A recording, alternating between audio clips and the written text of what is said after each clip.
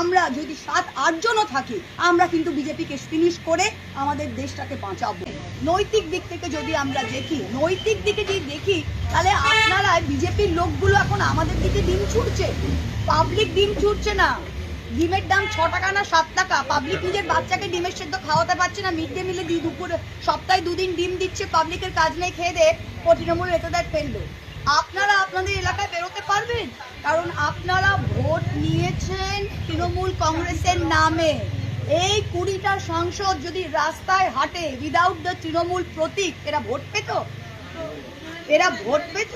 আর 80টা MLA মধ্যে এখন 60 জন না 65 জন বড় বড় কথা বলছে। 1 মাস আগে আপনারা এই দলের প্রতীকে দাঁড়িয়েছিলেন।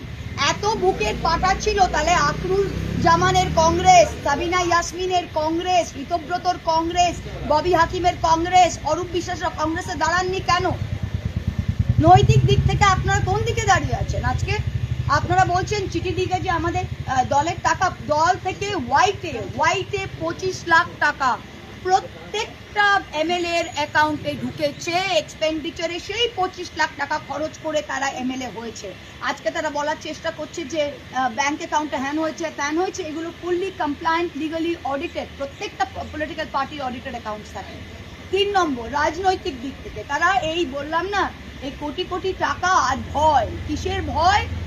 ভয় কিসের? আমাকেও ইডি সিবিআই গেছিল, আমার ভয় নেই। ভয় কিসের?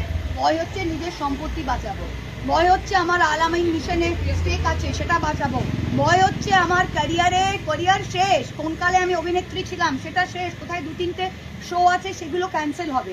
ভয় কিসে? বড়োদায় আমি ইললিগালি জমি দখল করেছি, হাইকোর্ট আমায় ডান্ডা মারছে, সেগুলো ভয় কিসে? নিজের পাপের ভয়। আজকে নিজের পাপের ভয় আর টাকা খাওয়ার জন্য গেছে। আমি লিখে দিতে পারছি যে এদের যদি এইটুকু রাজনৈতিক বা নৈতিক সেন্স থাকে, তৃণমূল কংগ্রেস পছন্দ নয়, নো প্রবলেম। ভবিষ্যৎ পছন্দ নয়, নো প্রবলেম।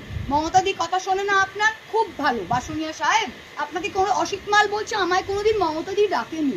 আল্লাদি 2বার এমএলএ এমপি হলেন মমতাদির মুখ না দেখে। যান না, নিজের মুখে একবার লড়ে দেখান না।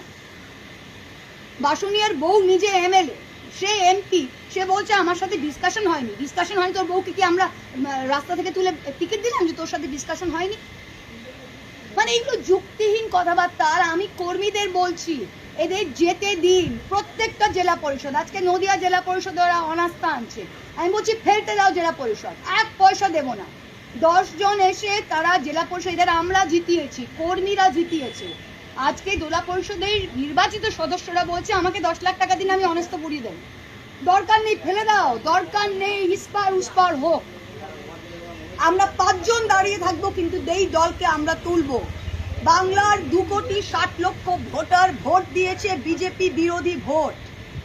তারা বিজেপিকেও ভোট দিতে পারতো, দেয়নি, আমাদের দিয়েছে। সেই ভোটটা মমতা ব্যানার্জির ভোট, তৃণমূল কংগ্রেসের কর্মীদের রক্তের ভোট। এই ভোটটা কোনো মেম্বার যদি ভাগতে চায়, ভাগো।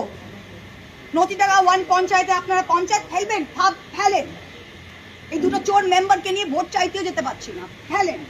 জেলা পরিষদ ফেলবেন, ফেলেন। যে যাবার যান, কর্মী থাকবে, কর্মী তৈরি করেছে, আর মমতা ব্যানার্জি থাকবে। আর আমরা যদি 7-8 জনও থাকি আমরা কিন্তু বিজেপিকে ফিনিশ করে আমাদের দেশটাকে বাঁচাবো। এইটাই আজকে আমাদের বলার আছে। मोदी आपने बोला कि दल त्याग कानून का इस्तेमाल करेंगे। वो जो 20 हम लोग ऑलरेडी डिस्क्वालिफिकेशन पिटीशन दे दिया। और क्या प्रोसेस है इसका? थोड़ा प्रोसेस बहुत सिंपल है। देखिए, डिस्क्वालिफिकेशन पिटीशन नॉर्मली ये ग्रुप से एक साथ करते हैं, हम लोग इंडिविजुअली किया, मिताली बाग के ऊपर किया है, शताब्दी राय के ऊपर किया है।